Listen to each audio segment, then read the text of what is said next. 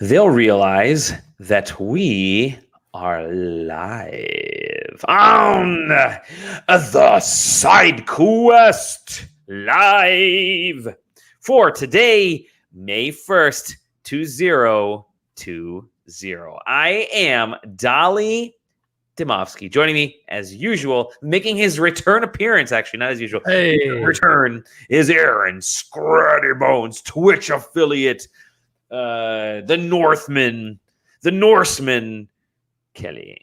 I had a dream last night that there were a lot of great speeches that started that way. Yeah, this isn't going to be one of them.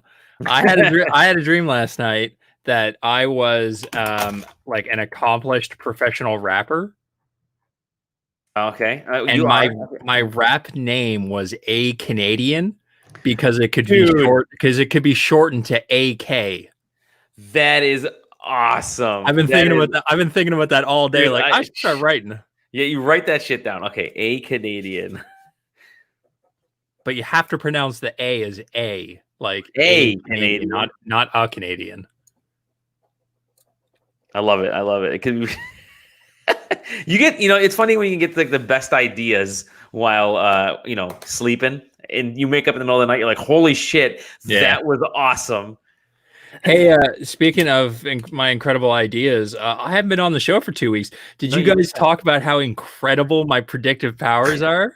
See, I'm going to say this. I haven't had Final Fantasy VII spoiled yet, but without an actual prediction, you will say that what I remember your prediction being, without not an actual spoiler, your prediction was basically like they're gonna flip the script at the end of this Final Fantasy VII version where shit's gonna be different, and it's gonna be like, oh wait, something's not quite right, and then cut scene, and then get ready for the next episode. And I also said that I was specifically. I also Babe Ruthed it. I pointed to the crowd. And said that they were gonna, when that weirdness started, they were gonna start intercutting it with like shots of the cutscene, right? Like Aerith getting stabbed and stuff from the original game. No, hey, what's up? Without if you're listening to the audio version, you can't see what we're saying. If you're watching us on video, then you know exactly what we're saying. I'm excited. Like, I can't wait. I'll wait till the game drops in price a little bit, and also that I have more time. But I'm not going to get too far into it, just because you haven't had it spoiled yet, and it's still within that window. I mean, it's weird because I played the original one, and I know enough of it, at least plot wise, carries over. Some specific scenes carry over. I'm really looking forward to. The reason I'm excited about Final Fantasy VII isn't the new stuff that they've added or the changes. It's to relive things in kind of a different way. Yeah. That's the reason I'm more excited about Final Fantasy VII. Yeah, I mean, I played it, and I was surprised that I enjoyed it, because I really didn't like Final Fantasy VII. The original one? Yeah, I don't know what it was about it. It was something about Final Fantasy VIII, to me, looked just good enough that I was able to get into it. I like the mechanics, the old school Final Fantasy, like the ATB. Yep. Gauge and everything, so that didn't really bother me in Final Fantasy VII. But the way Final Fantasy VII looked, I just didn't like, and everything just took slightly too long. It felt like your ATB gauge would fill up, and then you go, "I'm gonna do this," and you'd enter it, and then it's like, "Oh, is it doing it? Is it happening? Now it's going." And it's just something about put me off. This game is like Final Fantasy 13 and 15's combat systems had a baby. Oh, nice. Okay, all right. Yeah. I like 13's combat system, when it actually opens up later on. Yeah. Yeah. It's like this game does not open up, but it's nice enough that it's not a problem like it was in Final Fantasy 13. It feels open without actually being open. You're essentially walking a straight line, just like in 13. Sure. But everything is so scenic, and the ambiance. Is so good that you don't really notice that you're walking in a straight line, if that makes sense. Well, and that's what the original Final Fantasy VII had. The whole Midgar sequence was, there wasn't extra stuff in there. It was literally just you're going through the motions. Yeah, but no, this I'm just absurdly pleased about the fact that I called this shit so far in advance. Because normally I'll take a shot at something, like I'll make a guess about like whatever, and it'll be to friends or in the Discord or to like people on Steam or something like that, and then it happens and I'm right, and it's like, hey, I'm right, and everybody's like, yeah, but we all knew that was going to happen. And I was just like, motherfucker, you knew that was going to happen because I told you it was going to happen. This time I was saying that shit on podcasts. I had that shit on Twitter, and it was like 6 you have to it 8 everywhere. You months ago. shot your shot. Shoot your shot. I was 80 to 85% accurate. And that's awesome. Incredible considering how stupidly specific to try and make myself not right I was. And yet you ended up being right. It's insane. Well, good job. Good job. Thank you. Clapping. Thank you. So, I'm going to give myself an applause. Give yourself an applause. Drink something, because drinking is good. Get some liquid. Yeah. I'm drinking for you right now. I got some Hennessy. Well, good. So, just overall in general, do you like the game? Because you mentioned the combat stuff. I did, yeah. Okay. The combat was really fun. I played past where the demo went to on the normal difficulty, which was pretty fucking difficult. Like, okay. And then I was like, well, okay, I've got a feel for the combat. Like, I'm not dying really. It's just taking a long time. But I understand the mechanics.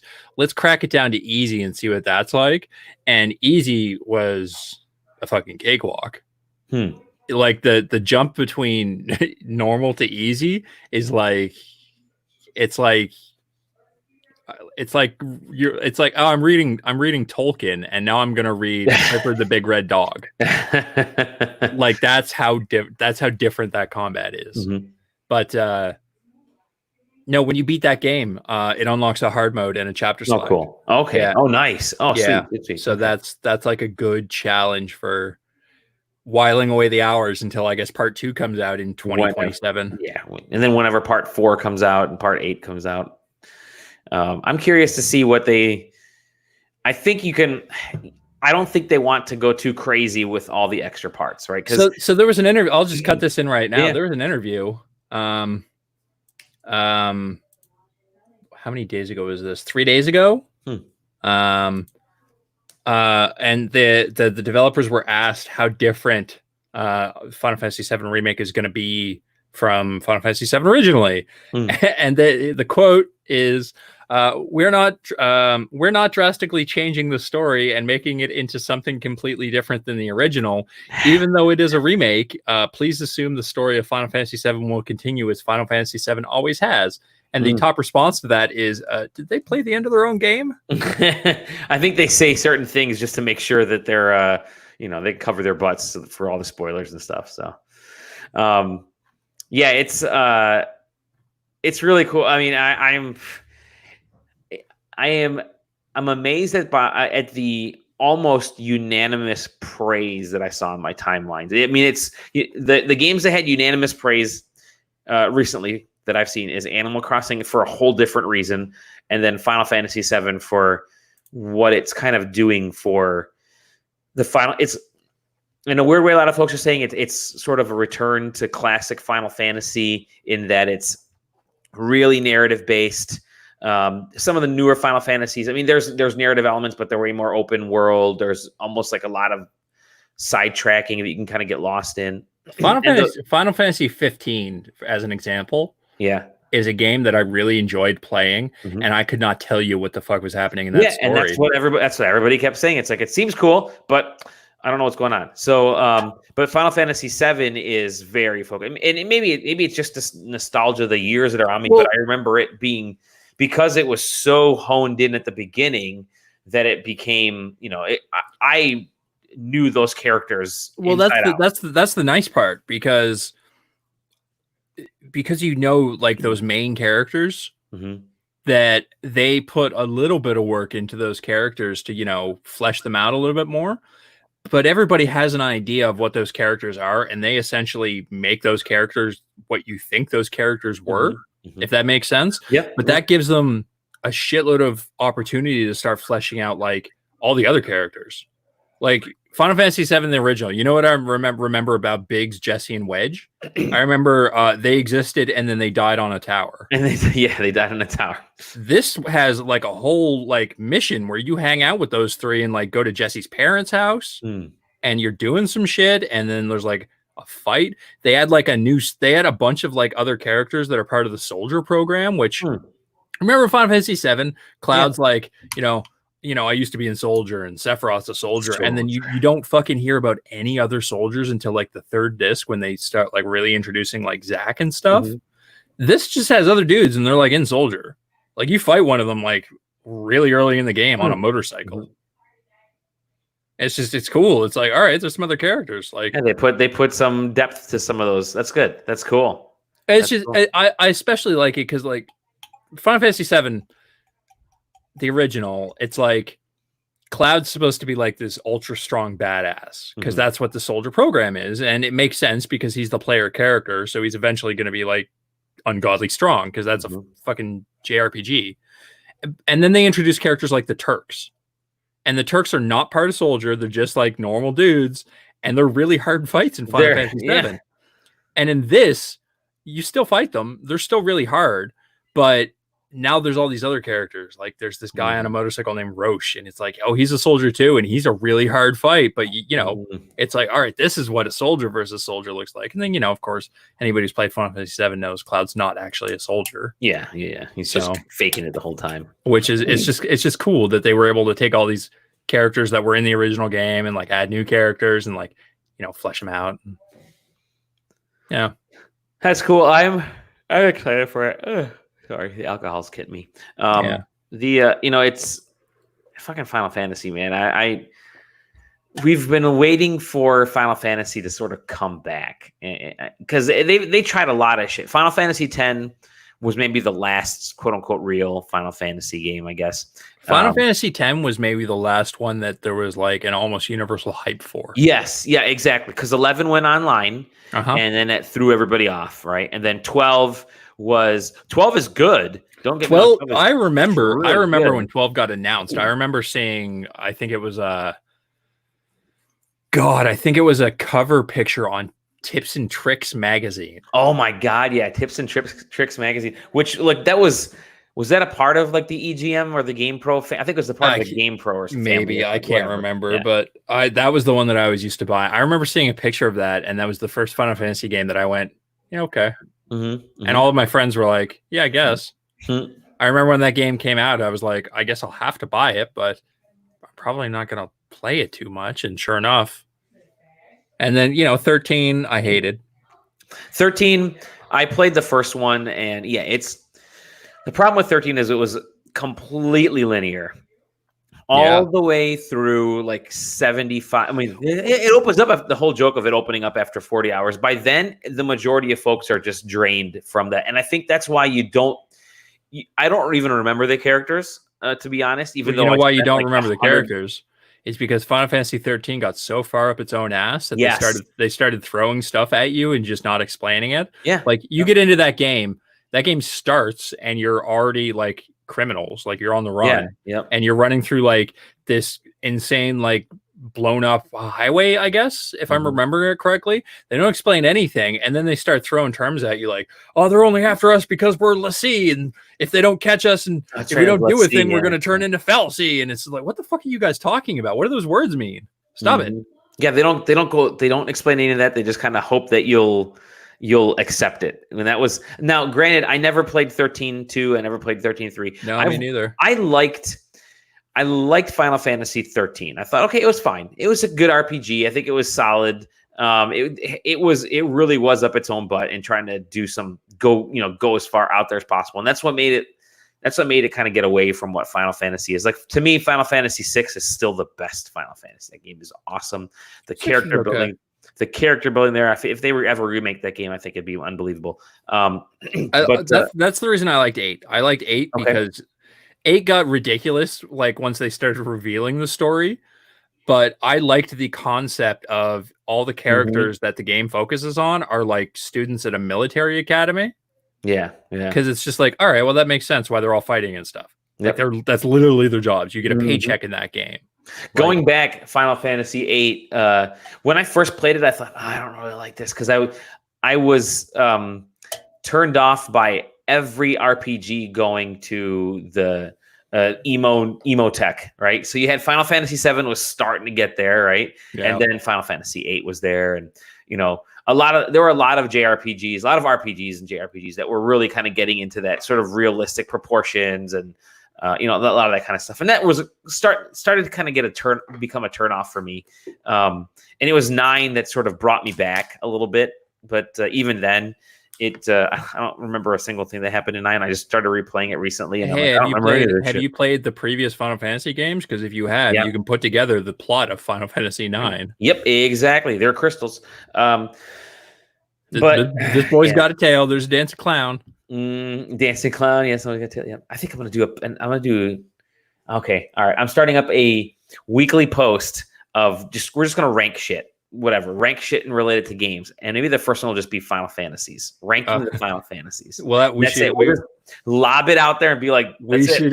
If we're gonna actually do that, we should get John on the show at some point. Hell yeah! All right, because I think SDGC actually does ranking of Final Fantasy. Oh yeah, that's true. They did a Final Fantasy ranking. Yeah, that's true. That's true. So Final Fantasy VII. I mean, I keep circling back. That's the first time I've really, really, really been hyped for a Final Fantasy game in forever. And I'm kind of excited about that. Now we should do a whole episode. I mean, it's always good to do episodes. We did a whole episode years ago on I remember we did a 3-hour Legend of Zelda episode on the top games on there. Don't want to paint this on the all the Zelda games ranked. This was before the launch of Skyward Sword. So we had every game, and we spent 3 hours talking about just those first few, and there obviously been a bunch since then. But was Skyward Sword the one where you turn into a wolf? No, that was Twilight Princess. That one was really good. That's a good game. That's a very I mean, it's sold a ton because it was the first Wii. It was a Wii launch title. And it went back to the realistic, like Ocarina style after coming off of Wind Waker, which was divisive at the time. And now looking back, it's like I'm okay with games trying shit. I remember doing that long 3-hour episode. But anyways, so Final Fantasy VII, it's good. You've moved on. You've completed it. Maybe you'll go back and play some of the chapters in different difficulty levels. I beat it in 29 hours. Okay, that's good. That's actually good for me to know. Yeah, I beat it in 29 hours. And when I beat it, a bunch of people that in a bunch of the Discords I'm in were saying, yeah, I beat it in 30. I beat it in 33. So there's your window. Okay. Yeah. All right. Cool. And I think that's even what how long to beat lists the game is about between 30 to 35 hours. So that's all right. Cool. And I'm, as you can tell, I kind of dilly-dally in games, and it takes me a lot longer only because I fall asleep playing games because I don't even fucking play till late at night. What else have you been playing? That's pretty much it. Okay. I played that. I picked up. I haven't had a chance to touch them yet. I picked up XCOM Chimera Squad. Oh yeah. You got it on the deal, right? Yep. I got it. I don't know if it was on a specific deal or if it was just the launch week sale that every game does, but I picked that up. And I also picked up another tactics game called Troubleshooter Abandoned Children. Just because I'd never even heard of this. It looks like an indie game. It was literally like I was looking at XCOM and this thing came out, I think within a day of it or like a day before it or something. And I was just like, fuck it. Why not? Cool. So I probably by next week I'll have played both of those. And maybe I'll have played Gears Tactics. I was going to say you're big into tactics games. You're missing one of the trifecta there. Yeah. That game's on Game Pass, right? I'm pretty sure that's on Game Pass. It might be. So I guess Streets of Rage 4 is on Game Pass. Yeah, so I might re-up my Game Pass for a month and hit those games. I've seen some streamers playing Gears Tactics. It looks cool. It looks really good. Yeah, it looks really Gears. So it looks really Gears. Yeah, I haven't had a chance to die. It's funny because with all this quote unquote time off that we've had, I haven't really had all that much time off, and I've complained about it in past few episodes. But I think it was what I've decided is to just kind of play maybe a different game a night, and Game Pass is perfect for that. Just kind of like watching Netflix or watching watching shows. Just kind of flip on a show, watch an episode, and be like, "Do I like it? Do I not want to?" It's like when like when you're at a restaurant and the sommelier brings you out a little taste of wine in a glass. I don't like it. Too sweet for me. But bring me the 2020 Gears Tactics. The 2020 Gears. So I'm gonna try that on the Xbox Game Pass. That is, and we'll get into Xbox stuff in a little bit. But man, Game Pass is awesome, and they just kind of listed a bunch of their numbers that they got. I mean, that alone is gonna support Microsoft going forward because that's such a great service. Let's see. Okay, so that's what you've been playing. Getting ready to jump into some of those. Cool. That's it. So, pretty much, yeah. All right. Yeah. In my defense, I'm going to start saying that. In my defense. So I finally finished Wolfenstein 2. Awesome. I really enjoyed Wolfenstein. Whatever. I really enjoyed that game. It looked fine on the Switch. I was surprised that Panic Button was able to pull it off. I think they were the team that ported it. They did a really fine job.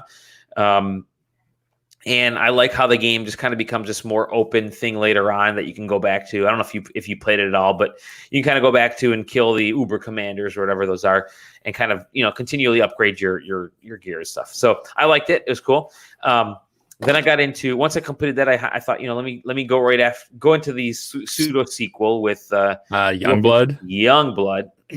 And that game's okay. That's a very open-ended game. I mean, it's more of a and I kind of mentioned it. It's more of, it's kind of like taking some elements of Destiny and trying to throw that in there because they really want you to play co-op. I think the way you just described it is the biggest flaw against it. Yeah, like you just talked about Wolfenstein 2 and how awesome that game was. Mm-hmm. And then the very first thing you said about Youngblood was, yeah, it's okay. It's okay. That's the biggest problem with Youngblood is the fact that Wolfenstein and Wolfenstein 2 were awesome. They were awesome. Youngblood is fine. It's fine. I'm glad it's only 5 hours. Or sorry, it's only 5 chapters. And you can probably complete that game in like 4 hours, to be honest. Yeah. I know they listed at like 8 hours on a lot of sites, but you can probably plow through it in like 4 hours. Because the levels repeat a lot. Because really there are only 4 levels or 3 levels, something like that. And then you're just kind of hopping between those to do different missions. I do like that sort of mission structure type of thing. I'm like trying to back away from becoming a completionist where I would spend, 200 hours unlocking everything in a game like I did with those stupid, Saints Row and Red Faction Guerrilla, where I open fucking everything. So I'm surprised I'm trying to pull myself away from doing that stuff. And this game has a lot of it because you can upgrade they have a ton of weapons you can upgrade and little details and stuff. So, but I think what I like the overall experience was, I don't say like, I mean, it was fine. It was a fine experience. There isn't a lot of like super neat things because it does kind of feel like short chunk experiences. And I think that's what they were going for, is kind of like, here's a little level. And then, they make those elevators. There's elevators in this game, and there's Mass Effect 2 style elevators. They make them really apparent that they're elevators to load levels, where like the sisters will like kind of they'll dance, or they'll like argue a little bit, or they'll copycat each other. And then you're like, okay, I've seen this animation before 1,000 times. Just say loading. How's it end? Do they find BJ? They find BJ. Yep. Sorry, spoiler. They find BJ. But it's only like 4 or 5 hours. 4 hours, 5 missions. So you can definitely get into it. But I completed that, so that was fine. It's fine on the Switch. Let me rephrase it. Graphically, it's not that hot on the Switch, and I think it was one of those. Well, I think the company Panic Button, Bethesda, were just probably thought, let's just put the game out there. We put the previous one; it did well. Let's put Youngblood out there, and Youngblood's okay. Just in general. Then, obviously, Animal Crossing. I won't talk about that, but we'll talk about. I did see the KK Slider concert, so I think that's the first time I actually completed an Animal Crossing game. Yeah, so, you hit them credits. I hit them credits and actual credits, but that obviously now the game has opened up for me to just do like the daily shit, and it really feels like a mobile title on a console. In that, here's like 5 things. Here's a few things you can do to just kind of get goals throughout the day and catch 3 butterflies or catch 3 fish or sell this or sell that. So yeah, Animal Crossing. I like it. I like it a lot. It's such a calming, chill game. And speaking of Animal Crossing, What the fuck's Gary Whitta doing these days? Holy shit, Gary Whitta is hosting a fucking talk show in Animal Crossing. So I've been semi off the internet like these last couple of weeks. You know, I missed the shows for a couple of reasons, but in between those, I've just not really been at my computer. I was on Twitch the other day and I look over at my dashboard. It's like, oh, the Gary Whitta, 12.7 thousand viewers. It's like, what the fuck's going on? Dude starts a talk show in Animal Crossing, a late night show. It's incredible. It really is. You see that? You see that back and forth that just happened on Twitter? No. He sent a random tweet out saying, "Yeah, love to find out how to get Reggie Fils-Aimé on as a guest." And then Reggie tweeted him back like, "DM me, let's figure this out." That's awesome.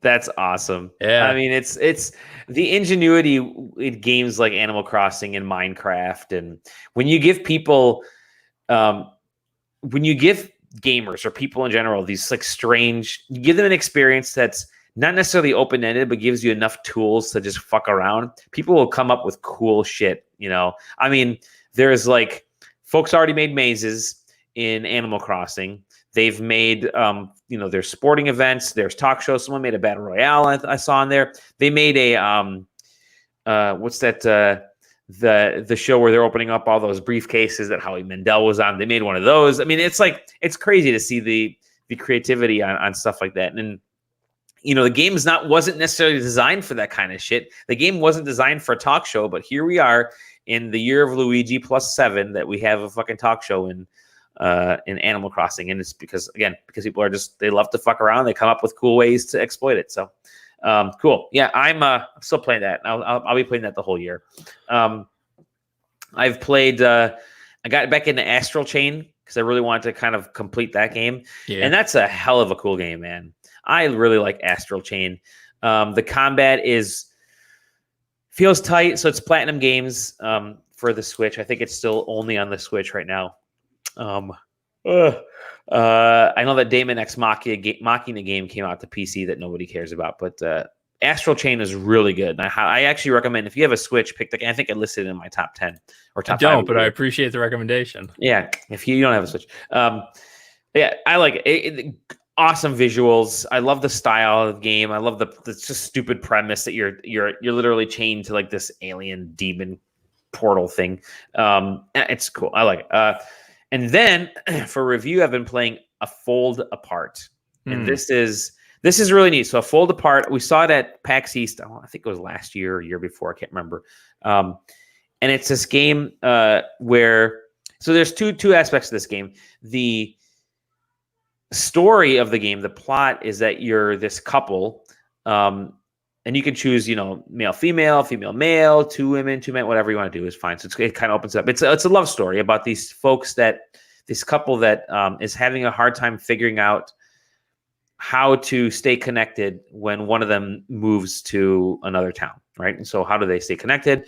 And then the story's kind of told in these internal like monologues that the characters are having. So one of the characters will be walking across the screen, and the next screen the next scene will be her saying something like but what about my goals in life? And they'll kind of pop up in the background, and you think, well, it's kind of interesting. They're telling the story of these two folks that are separated by this distance, but they're trying to stay in contact, but they don't know what emotionally they can. There's actually a really kind of cool, I don't want to say deep because it doesn't really feel deep, but there's this nice kind of maybe cute is the word, I don't know. There's this really nice feel to the game about how it tells the story emotionally. And so that's the narrative side. The actual gameplay side is the reason it's called A Fold Apart is that you're actually folding the screen. Everything's made out of paper. And as one character walks across the screen, they essentially have to get to the other side of the screen or get to a star somewhere on the screen, right? So there'll be like a star, and the star says that you've completed that scene. As you walk across there'll be like a gap in front of you. So you can do a variety of things. You can either fold the one side. So like consider, like it's like a piece of paper. I'm holding up this piece of paper, right? So you have the star right here, and there's a gap, and there's a platform. Well, if you do this, all of a sudden that star is now closer to you, and you can fold it again and the star appears. So you fold the sides of the screen, and then your character can kind of move across platforms. If you fold that in half and then punch a pencil through it, you've created an Einstein-Rosen bridge. And I think there may be that aspect later on. And so that's one way. And then you can also sort of flip the world around and kind of do things on the back of the world. And that's meant to kind of show that dichotomy between the two characters. You have characters two different places. There's two worlds, or it's one world. It's there's a front and a back side, and they're trying to stay connected. So you're doing these folds and these tears and these motions. It's really kind of an interesting way, and it's all in the number of folds you make, and then how you fold the paper. Do you fold a really long way and then do a short fold after that so they can climb up and then unfold it? And it's kind of cool. I'm really digging. I've only got an hour and a half into it. And the game's not super long or anything, but it's a really, really. It's funny because I'm saying the game is really nice in a positive way. Where I said Youngblood was fine and nice. A lot of folks can equate those as the same things, but a fold apart is really nice and enjoyable in that way. And then Youngblood is it's fine. It works. It does what it needs to do, but it doesn't grip me. And so, I'm digging a fold apart. It's really simple, but I think the simplicity of it and the idea behind it is what's kind of it's charming. Charming is a great word. There we go. I'm gonna use charming. It's a very charming game, and I'm really digging it. So I'll have a full review of that at some point next week. But so I've been playing a lot over the last couple weeks since you see me, and actually over the last week since we recorded last Friday, after finally completing a bunch of those games and moving on to other stuff. So that's it. So I've been playing. Let's talk about some news. Should we talk about some news? There's been some news. There has been a few pieces of news. News piece number one: Evo's canceled. Evo's canceled. They're doing an online thing instead. As if we didn't see that coming, right? Yeah, I'm pretty sure I've brought that up before about how all the summer events that have yet to be canceled will be canceled as we move closer towards the summer. Mm-hmm. But they're waiting to cancel a lot of the stuff for the sweet insurance money. Yeah. Did you guys talk about The Last of Us 2 stuff last week? No, I don't think we did. None of it. No, because it broke on Monday, I thought, right? Okay, wow. Okay, so let's get into it. Some enterprising individuals essentially leaked all of The Last of Us 2. Yep.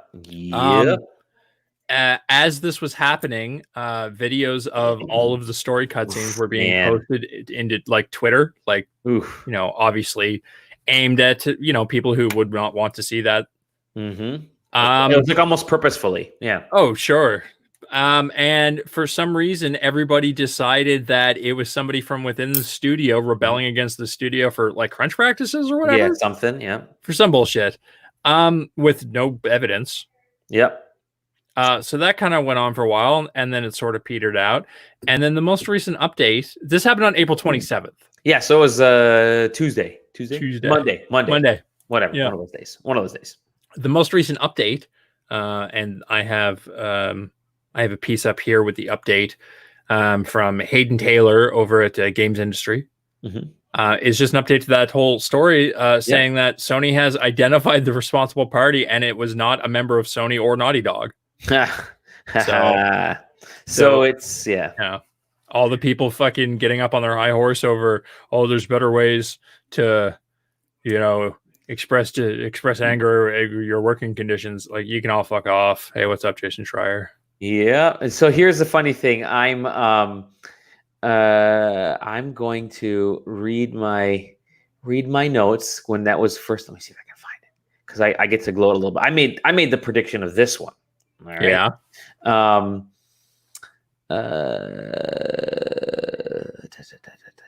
They once that went live. Come on. Oh well, it's somewhere. Oh, here we go. Yeah, Zach wrote, someone got a hold of The Last of Us 2 and is uploading chunks of gameplay on YouTube. Whole story is spoiled. Just be aware. And so I wrote down, I'm like, there's you don't throw your coworkers into the fire like that. No one does it. No matter how much of a shitty company Naughty Dog is, other companies might be. People just don't do that. And I'm like, I wrote down, Naughty Dog sounds like they have hell issues. We've heard that before. I said, but you don't go rogue and hurt the livelihood, because that's just not something you do. And I'm like, I said, I think there's a much bigger issue here, perhaps with the security of their core. Like, someone may very well have gotten access to a dev account during this work from home stuff. And I'm like, that stuff we know that stuff's happened before. And so my theory was, everybody's working from home right now, and nobody's VPN is fucking secure. All it takes is somebody to hop online somewhere and get somebody's account information. Even it's just social engineering. You can hop on LinkedIn and type in Naughty Dog and find a list of employees and find out what they do. It's like, okay, I'm going to go one by one on those folks, and I'm going to guess a password. I'm going to guess something. I'm going to figure out their login, and you're in. I mean, it's stupid, but it happens a lot. And to me, I felt like that could have very well been how this happened. Because if anything, right now, everybody's working from home. Mm-hmm. And those servers are open because my fear is that the security is so bad, and it's happened all over the place. I know it's happened in my company in some respects. I don't want to say my company, but for legal reasons, you cannot say your company. For legal reasons, no. But for a lot of companies, when you're rushing to get out the door, right? Because a lot of the states, a lot of the countries said you're working from home now. That's it. You just work from home. You just grab what's on your desk, grab your laptop, and go home. And a lot of companies just weren't ready for that from an infrastructure side, the back end. And so it could have been very easy. Like, maybe it is hackers. Maybe it is something completely different. But my theory kind of holds that the work from home thing left a lot of open holes. Someone got into Naughty Dog's servers and downloaded the assets, and there you go. Because those videos might be, might have actually been videos that they had, like play sessions or something, that were loaded up onto there, for all we know. So. But yeah, that's what I'm thinking. It sounds like I may have been right. I was one of the folks that said it's likely not somebody from internal, because you wouldn't do that no matter how shitty of a company is. I wouldn't want to fuck everybody I work with over. Even though there are shitty people out there, I don't think anybody would want to screw up the folks that they work with. So yeah, anyways, so that's shitty. I'm glad I voted it. I did see folks pissed off. My joy is always seeing, like, people say, "Oh my God, fucking naughty, fucking such and such company, they ruined the game," or "I can't believe they're doing that. What a shitty way to end this game," without actually seeing what the spoiler is. They're all upset, which to me is great. I love it. Play the game and figure it out yourself. So yeah, Titanic sinks, but you're still gonna go see the fucking Titanic movie. It's true, and then buy it on VHS. That's what I did. 2 VHS tapes. Yeah. It was a big fucking box set. Yeah, they did. It was awesome. So what else we got news-wise? This is just a little thing I included because it made me laugh. Epic Games, the Epic Games Store, they tend to give like away to like 2 free games like every week or every 2 weeks or whatever. They're changing it so that randomly going forward, it's going to prompt you for 2-factor authentication to claim the free games. Okay. They don't really give a reason why. They just say it's for security reasons. It just made me laugh because I've had 2-factor on that account since for like fucking forever ago. I've noticed a serious uptick, and like I wake up and I've got a bunch of emails like, "Hey, here's your 2-factor code." Like I wake up and okay, I guess somebody's trying to log in that account. Thank God I got 2-factor. Yeah. So I assume that has something to do with that. It makes me wonder. The Fortnite had that Travis Scott concert, and maybe you got free items for going to that, and now there's been a resurge in people trying to hack accounts for Fortnite items. Maybe I should. I'll have to make sure. I think I have 2-factor on. I do have 2-factor on. Okay. Hey, here's how much of an old man I am. I saw everybody tweeting about the fact that Fortnite was having a Travis Scott concert in game, and I was like, "Why is the drummer from Blink-182?" I was gonna say, "Why is it?" That's Travis Barker. That's not Travis Scott. I don't know who Travis Scott is. Yeah, is that the guy? That's the UFO dude. No, that's the other guy. That's the other guy. That's funny. Travis, why is he having a concert? They did good. They had millions of viewers. I saw some clips of that concert. I don't know who that guy is, and I don't like concert. I don't know who that guy is, and I don't like Fortnite over much. That seemed really cool. Yeah, it looked. I didn't watch it. I watched clips of it. Yeah, that seemed really fucking cool. I think that's pretty neat, and I mean, mix that with a actual live performance, like somebody actually singing. I think that could be. It makes me wonder if like did he go to Epic and like do some mocap? Like he must have done it, or they must have had somebody else do it, and I don't know. I guess, yeah, that seemed really cool. Yeah, that's super neat. That's sort of what I thought video games might be like when I was a kid, imagining VR and stuff. You know what I mean? We're getting close to Ready Player One. We really are. Oh, it's coming. I'm so happy. Final piece of news. I mentioned this in the Discord. Hey, do you know that RPG Indivisible? Yeah, this is awesome. Do you want that on Switch? Because it got released on Switch by the publisher, and the publisher didn't tell the developers or advertise it or market it at all, and they released it with an older build. So did you see the updates to that drama? So all I saw. This is good. This is good shit. I have the original tweet thread here, and it looks like some of it's been deleted. And then at the end, all I've seen is. Let me see if I can find it here. The Switch version was always apparently intended to have a day one patch. Yes. Yeah. This is indeed the release build, but without any patches. Co-op and New Game Plus were not intended to be in the day one patch either, but are intended to be added later. So apparently, from what 505 Games, I think it was, they replied back with, "Oh shit. The game wasn't supposed to go live yet. Like the release date was supposed to be mid-May, like essentially like 2 weeks from now, and there was quite literally a clerical error with the date. It could be one of those things where they screwed up they flipped some numbers around or something. I don't know what it is, but they fucked up and the date. Literally, that's their excuses. They meant to release it on May 10th, and instead they released it on May 1st. Something like that. Yeah, they forgot the 0 in there or something, and then the game launched with the data they had in there, and that was it. And that's why they're like, "Oh fuck," they freaked out. So now they have to worry about patching the dev level, the pre-release version of the game, which it's a mess. But I think that just goes to show you when you sign your life away to a publisher, bad shit can happen sometimes. So yeah. Let's see here. You got any other news?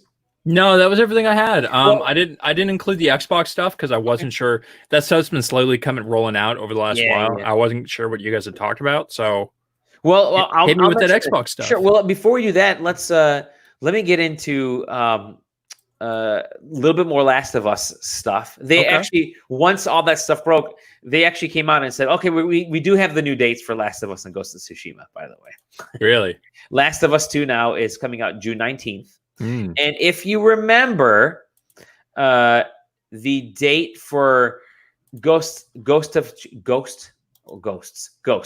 Tsushima was going to be June 26th. Well, now that's been pushed back to July 17th. So. Basically a 1 month push for both those for now. And still no Iron Man VR date.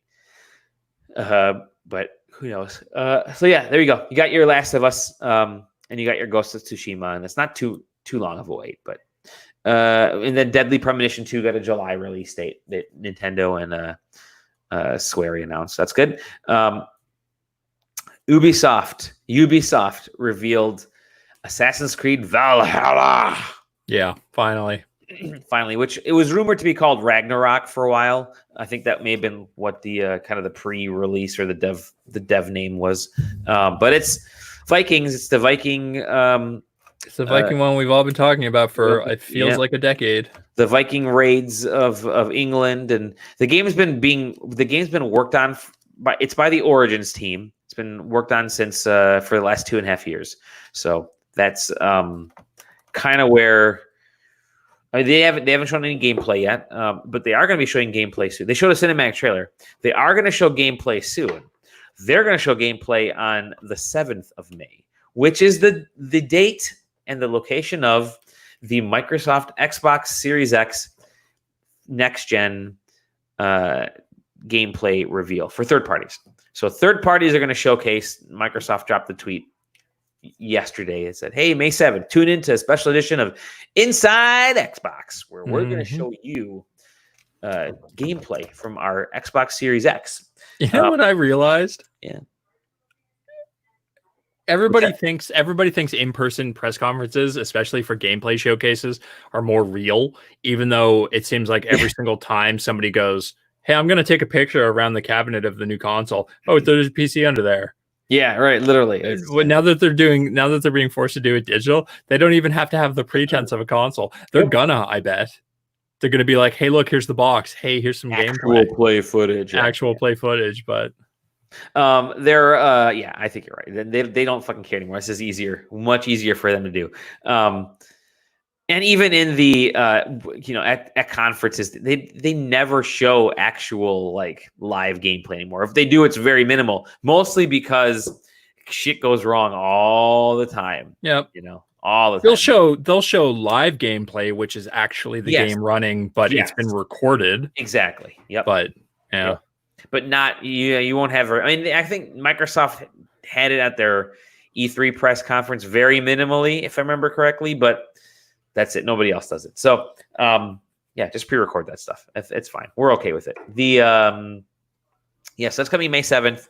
We'll get to see some third-party footage. Now, reminder, all these games are coming to current gen consoles as well. So everything you're seeing, remember, because what Microsoft and Sony both said is their first year or their first several months of consoles is basically going to be cross-gen games. So we already know Cyberpunk 2077. We already know now we know Assassin's Creed. Yeah. Obviously, you're going to have Madden. You're going to have your NBA 2K. There's 4 games right there for you. You'll have whatever else is coming out. You're going to have WWE 2K21. Oh, no. No, they're not. They are going to have Battlegrounds because that game's coming out. So, yeah, that's going to be they announced the WWE 2K is 21. The mainline sim game is not coming out this year because it was shit the last couple of years. And so they said, let's put out, let's get the makers of NBA Playgrounds to come up with our game. So they got the those dudes. I'm looking for their name right here. Sorry. Okay. Saber Interactive all over the place. They do the NBA Playground stuff, but they're making more of like an arcade like experience. Which, to be honest, maybe that's the best way to go with the wrestling game, because you kind of want dumb over the top shit anyways. Here's what you do. Here's how you make a really good wrestling game. You either make a really like an arcadey game like these guys are doing that's really fun to play and isn't like so hooked up on realism. Yep. Or you add a story creator where everybody can go backstage and get hit by a limo. Yeah. Yes, exactly. There's got to be limo hits and everything anyways. So yeah. That's coming. Let me see if there's anything else. I don't see anything else. No, that's basically everything. Yeah. It's been a slower week. Folks are kind of, I don't know how it is by you guys, but places are starting to get there, come out of hibernation modes, and the stuff. So we'll be starting to go outside again at some point, but still playing games. But so that's it. That's Friday night. Fights. We did it. We survived. Nice. I keep saying a shorter episode, but it's still 50 minutes. Yeah, we still, knocked out an hour. Yeah, it's all good. It gives me time to go back and play. I've gotten into baseball cards now, so I'm like doing this shit. I'm on this now. So unfortunately, started collecting this shit now. I had a guy come into my store today who randomly just started bitching about the fact that he's not allowed to go fishing. Oh, geez. And he's like, it's such bullshit because, I understand it for people that go fishing to go drink with their friends. Like, that makes sense. I go fishing by myself and I'm just out there to catch fish, and it's bullshit that I can't go fishing. And then they announced he was in probably 10 hours ago. 8 hours ago, the government of my province announced that they're reopening parks and trails and they're allowing fishing and gardening. So we've had gardening opening. Fishing was okay. All this stuff was open because we have lakes in Michigan, so you can't really keep people from the lakes, and parks and stuff were all open. All they said was they don't want you to use motorized boats on the lakes because you need to fill those up, and those tend to be at docks where there's a lot of people. And so what we don't want people to be congregating in areas. Now, if you live on a lake, you're going to be okay because no one's going to fuck with you. But if you have to take your boat out anywhere, then that's the whole reason. And so we had folks with guns show up to our capital of our state. I saw that. Hey, isn't that how gun control happens? I'm pretty sure I remember the Black Panthers showed up at the Capitol steps with guns, and now black people can't have guns anymore in America. Imagine if these folks were black. But yeah, they showed up with like guns, and I'm like, are you guys gonna try to shoot the virus? Because that's not how this works. Yeah, I don't understand these fucking whack jobs. Here's the flip side of that. There was a mass shooting in my province. Yeah, I heard that a week and a half ago. Crazy. It was the worst mass shooting in Canadian history. You guys got on it right away. Your leadership was like, fuck it. You know what? You can't play with those toys anymore. Yeah, we got on it right away, and they're just like, all right, we're going to ban assault weapons, all of them. Yep. And I mentioned this because I'm looking at a poll right now. This is 4 out of 5 Canadians support the complete ban on civilian-owned assault rifles. Yep. So you guys are on it. Congrats. The thing that pissed me off was about the whole thing was it happened. Mm-hmm. And then within like a day, news outlets were going, doing the usual interviews of people he knew and shit like that. I can't believe he would. I guess he just snapped. He had a fully realistic fake police car and a fully realistic fake police uniform, and they found out he had a hit list going back to like the mid 2000s. It's crazy. Like the motherfucker didn't just snap. Like it's premeditated as hell. All these dudes are premeditated. Like all these things, there's always reason behind it. People don't just snap. It's not like you lose. That's a TV show. That's the stuff you see in movies. Is people that doesn't happen. He had. I found it. So he was like he made dentures or something. That was his business. Whatever fucking town he lived in, he wanted to put up like a giant set of dentures as like a logo, like a fake statue type thing, or whatever. One of the people on this fucking hit list that didn't even know he was on it was a dude who, at the time that he wanted to put this statue thing up, voted against it. That was it. That was the only interaction they had ever had. He was a dude who worked in the government at the time, back in the mid 2000s, and voted against it. It's like, oh, Christ. But yeah, I know. So Canada just banned all assault weapons. They're all gone. It's craziness. That's how you do it. All right, my dude. Well, I'm going to let you have the rest of your evening back. Thank you for joining me on this wonderful Friday night. Thank you to our viewers and listeners. Hi, everybody. We miss you. Hey, thanks to Tom and Sam. It's good to have you here. Yes. Yeah, because remember, Sam was like, I can definitely do Friday night. That's why we waited. That's why we waited. Could have done it yesterday. Where's Sam? Let's see if Sam's online right now. Let's see if Sam is not online. Nope. Sam. But all right. Well, Erron, thank you, my dude. I'm gonna go play some video games, and I hope you can play some video games. And I'm gonna fall asleep on the couch drunk because I've been drinking. I've been sipping the Henny. I never got time off work. I know you haven't had any time off work. I mean, I'm not off work. I'm at home. You're at home working, but I'm working nonstop. You're working, but you're at home. I'm at home. You're at the very least, like you can sit on a nice, comfy couch. Yeah, and do some work on your laptop. I still have to go to work every day. It sucks. That sucks, dude. Yeah. I mean, it doesn't suck because my job's easy as piss, but yeah, my wife has to go into the office. She's back at it now at her company. When you're the head of HR, you gotta kind of be there. So, but all right, dude, I'm gonna let you go. See everybody. Where can we find you? You can find me on Twitch and Twitter at ScrattyBones. You can find me at Dolly Demovsky. I've been streaming. Could you believe it? I've actually started streaming games. Yeah. Now I got to get. It came to the realization that I need a better camera. thumbs up, because this camera here on the Mac sucks. The one on my PC sucks. So I need a better camera. And B, I need a better laptop. So I might actually just start with that first. So I need a better computer. Number one, numero uno. Both these things are at least 5 years old, and they're chugging. I think I need a new webcam too. And then, yeah, new webcam. Or I might, I'm thinking to use. I have a Canon Vixia. I keep seeing people who are going the DSLR plus cam link route. And fuck, that looks so good. It looks so good, but it's so expensive because you have to have a good DSLR. The cam link alone is like a couple $100, isn't it? Yeah, like 100, starting at like 150, I think. And like for the regular one, then like the 4K one, which is I think that's the only one they sell now, is like 200, 250 or something. Yeah, which is crazy because there's nothing else out there that for a USB stick. For USB, yeah.